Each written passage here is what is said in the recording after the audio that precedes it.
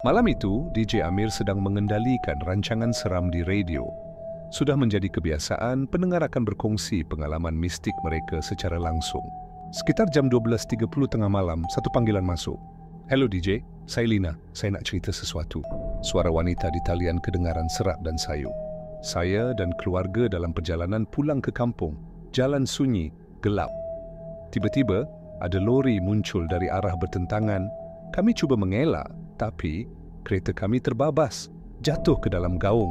DJ Amir tersentak. "Jatuh gaung? Habis, macam mana awak boleh telefon saya sekarang?" Hening." Kemudian suara Lina berubah. Tangisannya perlahan, sayu dan menyeramkan. "Tolong DJ, tolong kami." Talian tiba-tiba terputus. DJ Amir cuba menelefon semula, tetapi nombor itu tidak wujud. Keesokan harinya, berita utama menggemparkan negara. Satu kemalangan ngeri berlaku di lebuh raya yang sama. Sebuah kereta jatuh ke dalam gaung selepas bertembung dengan lori.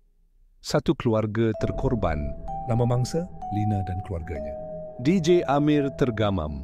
Semalam, dia bercakap dengan seorang wanita yang sepatutnya sudah mati.